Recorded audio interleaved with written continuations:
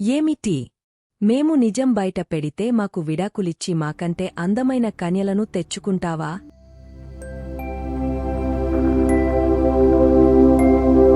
చాలా సంతోషం, మేము దానికోసమే ఎదురు చూస్తున్నాం.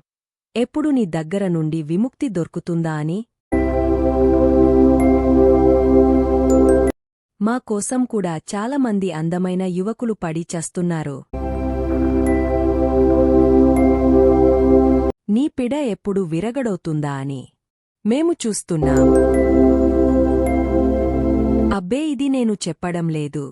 ఈ విషయం 7 ఆకాశాలపై కూర్చున్న నా గురువు చెబుతున్నాడని.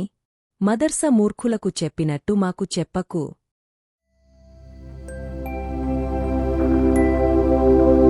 అయ్య బాబోయ్!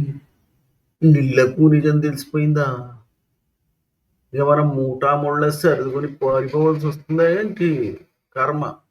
ఈళ్ళ దగ్గర మన పప్పులు ఉడికేలా లేవు. ఈళ్ళతో సంధి కుదుర్చుకుంటే పోలా.